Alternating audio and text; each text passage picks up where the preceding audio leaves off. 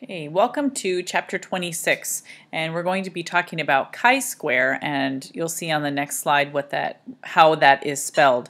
Up until this point, we've studied mostly data analysis and inference for only one or two numerical values, so we could actually measure their outcomes. Now we're going to be looking at categorical data and looking at answering some questions like, are hours studied for an exam and the score on that exam related? We've looked at that question before, but we've looked at it in terms of measurements. And now we're going to say, is there actually a relationship between them?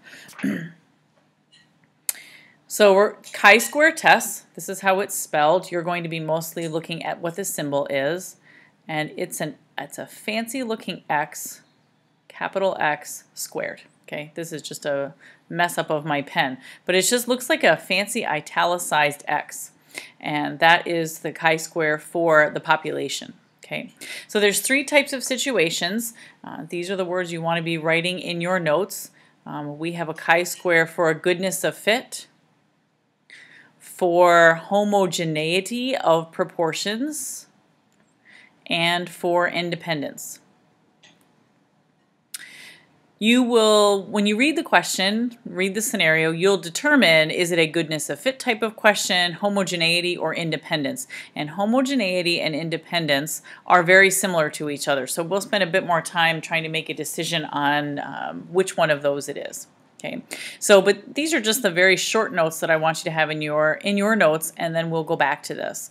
So goodness of fit means that you have one categorical variable and you only have one population. And later in this video, I'll be going through an example with this. Homogeneity of proportions, you still have one categorical variable, but you have two populations that you're comparing against that one categorical variable. And independence, which we will not get to in this video, I'll save that for in class. You have two categorical variables, but a single population. Okay, so first of all, the goodness of fit type of question. So it's a test whether the distribution of counts, so oftentimes we're looking at a table, so whether those distribution of counts in one variable, categorical variable, matches the distribution that's predicted by a model, and that's a goodness of fit. And there are assumptions and conditions. The good news is that most of these are the same for all three of them. So once you have it down once, you'll be using the same ones. So first of all, you have to show that it's a counted data condition. You have to make sure that they are counts in the category and the categories for the categorical variable. So you would just list that they are counts. Independence assumption, the counts in a cell, and we call it a cell when you're looking at a table, that they are independent of each other.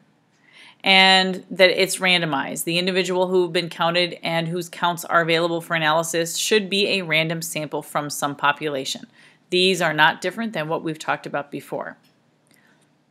Here's the only one that's different. We're looking at the expected value. The expected value in each cell has to be at least 5 individuals.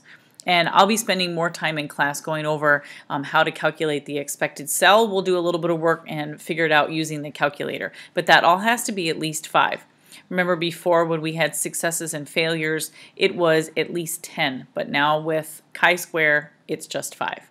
And please note that it's the expected cell. We're going to be comparing the expected and the observed values and seeing if there's a difference between those, or a significant difference between those.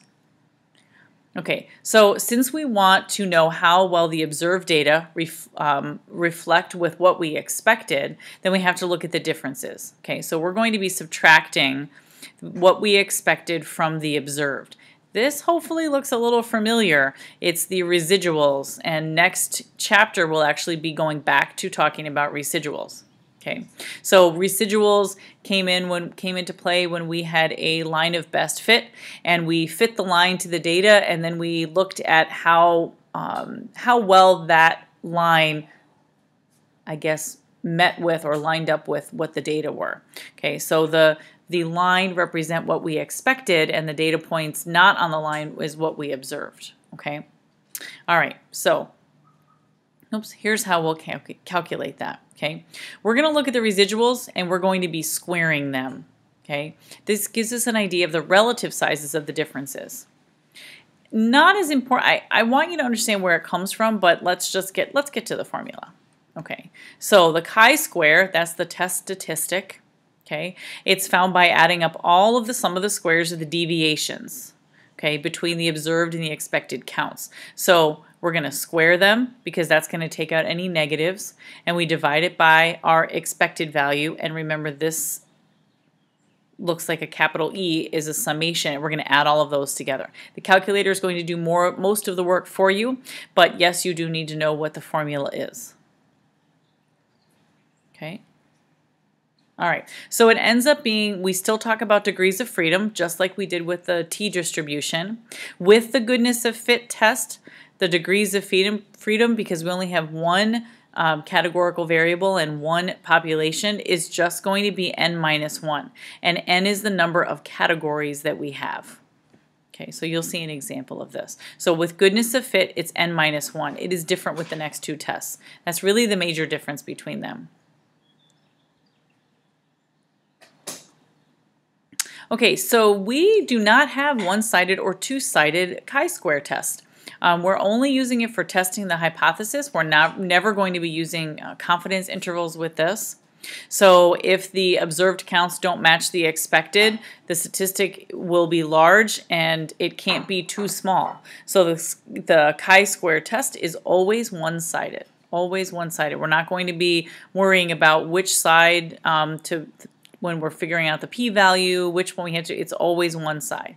Okay, so if the statistic value is large enough, we'll reject the null hypothesis, and we'll be looking at how we compare that as well. So a lot of very similar from what we've been doing. Okay. All right, there are many ways that the null hypothesis can be wrong, and we're not saying how it is wrong, we're just saying that it doesn't fit. So the chi-square, we're just saying, does it fit with the data between the observed values and the expected values? Okay, so that's why we don't have a direction to it. We just know that it doesn't fit. Okay. Okay, so here's exactly how you use chi-square and calculate it. So you're going to find the expected values. Okay, whether you use the calculator or whether you actually have to calculate them by hand. Okay, but you are going to be figuring out what the expected values are in every single cell. Okay, and I will go through an example of this, but it says the expected value is the product of the total number of observations times a proportion, and we'll look at how to calculate that proportion when we're looking at a table. Okay, so the first thing, find the expected values. The second thing is you're computing the residuals. So observed minus expected, and you're squaring that is the next step. Okay, so we have all of the components, and then we add them together, and we find our chi-square. We have find the number of degrees of freedom, the number of cells that there are minus 1. And then we test the hypothesis, okay? So you either are going to be using the calculator, and yes, there is an x squared CDF on your calculator, or there is a table. Okay, so either one of those. So a large chi-square value, yep, has lots of deviation from the hypothesized model, so they give small p-values. Okay. Okay, so the goodness of fit tests are likely to be performed by people who have a theory of what the proportions should be and who believe that their theory is true. So the only null hypothesis for a goodness of fit test is that the theory is true. So you're going to say that this is what it is. And the hypothesis testing procedure allows us only to reject or fail the null. So this is exactly what we did before. Okay, so we're going to look at the null hypothesis, the theory is true, and then we're rejecting or failing to reject that. We never confirm that a theory is in fact true. Okay, so this is very similar to what we've done. Okay, so here's our first example. A statistics teacher used her calculator to simulate rolling a die 96 times and storing the results in list 1. So pause the video and enter your data in list 1. Oops, his results. Forgot to change that. Her results. There we go. Okay, so our question is, does it appear that the teacher's calculator is simulating a fair die That is, are the observations consistent with what you would expect to get if the die were fair? Okay, sorry, I misspoke. Don't put them in L1 yet. Hang on, we're gonna do that in just a second. Okay. All right. So used a random number generator on the calculator. Use the calculator to roll the die 96 times. So is that the same as what we would have expected to happen if we actually we know the probability of rolling the dice? So is the observed value the same as our expected value for rolling the die? Okay, on the next screen I have just lots of, oh, no, not yet. Forgot where my screen was. Okay, so here's the null hypothesis. The population proportion for each face of the die on repeated trials are the same as repeated trials of a roll on fair die. So the repeated trials, that came out the same as if I just rolled the dice. So the alternative hypothesis is not all the proportions are equal to 1/6. The expected value for each roll is 1/6 because that's what their proportion is. I rolled it 96 times, so I would expect to get 16 of each of them, the 1 through 5. Okay, and all of my expected values are greater than 5, so I can use my chi-square goodness of test fit. Okay, so we need to get in the habit of writing down what test we are actually going to be using. Okay, so I'm going to walk you through lots of different steps on your calculator. Okay, so here's the very first thing you'll do. So you probably need to pause the video several times. And again, if you're a TI Nspire, you will follow along with what you need to do on your calculator. Okay, so in L1, make sure your lists are cleared. You're going to enter the data that I gave you at the beginning of this problem in L1. You're going to enter the data in L2. The next thing we're going to be doing is you need to highlight where it says right here, L3, and type in this formula. So this is the observed. Please take good notes on this too. Minus the expected squared, and we're dividing it by the expected value. So we're going to have the calculator figure all this out for us. We could do it by hand, but let's try to use the technology. Okay. All right, so when you put that in here, as long as you're highlighted on L3 and you push enter, the calculator figures out all of your expected values. Tomorrow in class, I'll go through actually how we would do that by hand. Okay. All right, the next thing you're going to do is you're going to quit out of this. Make sure you're on the home screen. And you're going to click on, I believe it's stats.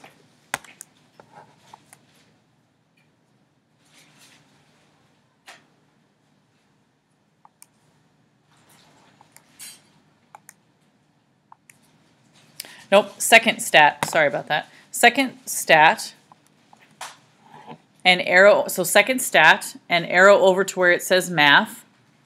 And you want to go down to where it says sum. And you're going to enter in L3. Most of what is on this screen as far as the directions should be written in your notes so that you don't have to go watch the video again, because I'm going to be going through this very quickly in class. So you put in L3 because L3 is what you have here.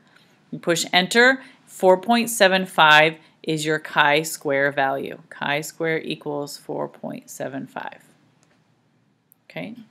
All right, this should be a very familiar screen. We've used almost everything on here.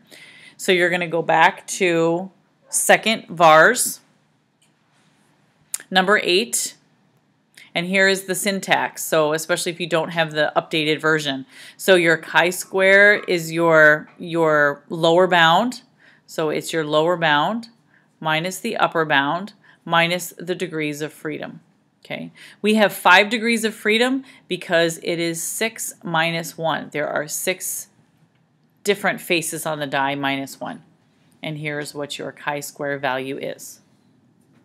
Okay. Okay, I can't remember if I got the problem that we said it was going to be, that we had to prove it at the 0.25, but this is the way the conclusion would be. So because the p-value is greater than 0.25, we have no evidence to reject the null. We cannot conclude that the calculator is failing to simulate a fair die. Okay. Okay. All right, so next is the chi-square test of homogeneity. So it's a test comparing the distribution of counts for two or more groups on the same categorical variable.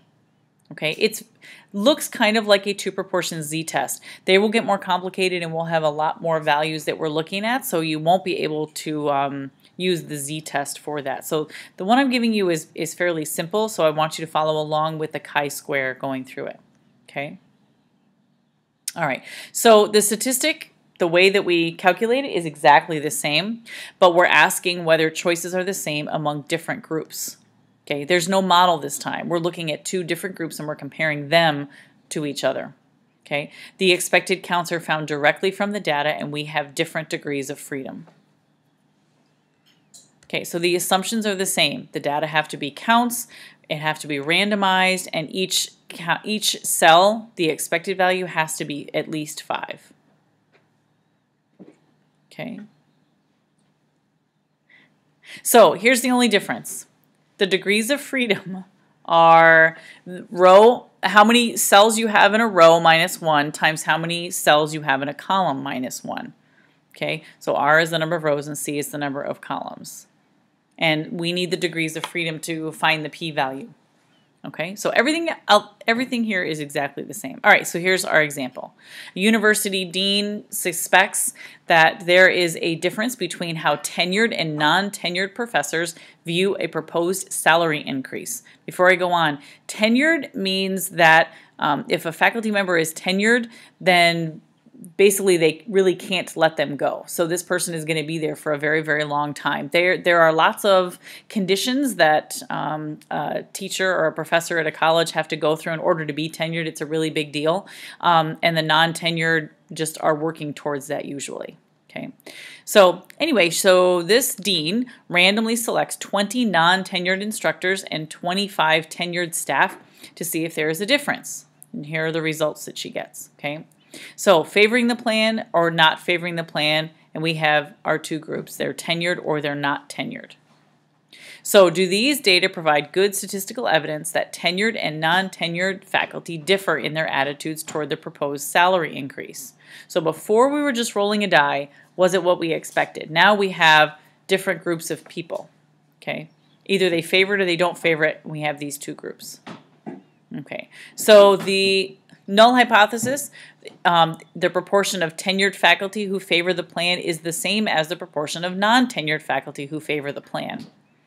Our null, our alternative, the proportion of tenured faculty who favor the plan is different than the proportion of non-tenured faculty who favor the plan. Remember, we're not picking a direction. Now it's not the same. Okay, so here are our conditions. Samples are random. The expected values are greater than 5.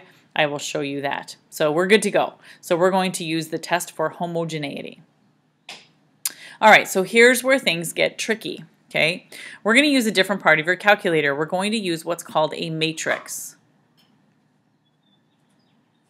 Okay, and how you find the matrix button on your calculator is you do second, and then it's above where the x to the negative 1. Okay, so it's on the left-hand side of your calculator. So second, and you should see the word matrix. Okay, so when you push the matrix button, if you can't find it, Google a picture and pause the video and make sure you look for a picture of it so you can continue.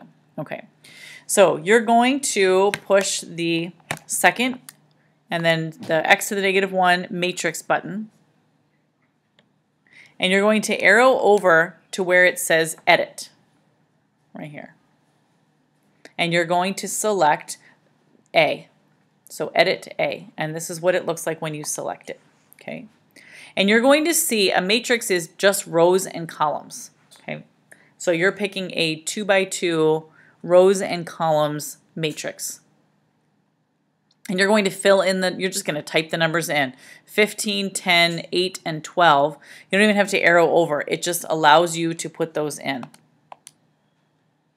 And I should say that the first number, this is the rows, and the second number are the columns. Okay, so you're going to put those numbers in, and those numbers came right from this. So 15, 10, 8, and 12. Okay.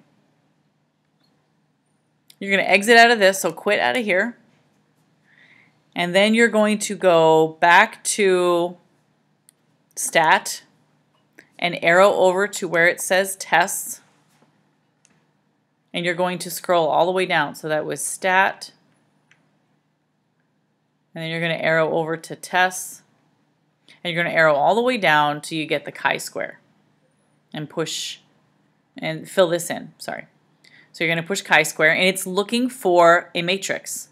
So your observed is in A, and it's going to put all of the expected calculations in B. Okay, so the observed is matrix A because we picked A. That's why it's A. We picked A. And then you just push calculate. So you arrow down here, push calculate, and you get this information. Okay, you're going to want to write this down. This is your chi-square value. This is your p-value, and this is how many degrees of freedom there are. Okay, so let's check with our degrees of freedom. We have 2 columns, so it's 2 minus 1 times, we have 2 rows, 2 minus 1, which is 1 degree of freedom. Okay, so now go back to your second and then that matrix button, and now you want to arrow down to where it says B. You're quitting. You're not in anything else. You're just going to look at the picture or the matrix that pops up. These are all of your expected values. And again, I'll go through in class actually how we calculate those. But the calculator just figured out what are all of the expected values. So they are all greater than 5. So we were okay to use this anyway. Okay, the last thing, even though it showed us all the information, I want you to see this anyway, because on the test you're going to need to know how to figure it out, and I want you to show your work. Okay, so we go back to where all those tests were by second vars, arrow down to where it says the chi-squared CDF. You put in what your chi-square was to 99, and then 1 degree of freedom. And here's what our chi-square test came out to. Okay, and I believe in the problem it said to look at it at the 0.2 level. The p-value, no, that's not right. That must have been another problem. Anyway, so here's the conclusion. The p-value is not small enough to reject the null hypothesis. These data do not provide strong statistical evidence that tenured and non-tenured faculty differ in their attitudes towards the proposed salary plan. Okay, so at this point we have done 2 chi-square tests. We have done lots of work on the calculator. Look back at your notes and make sure that you have all of the steps of how to use your calculator in your notes so that we can get through more problems in class tomorrow. Okay, that's it.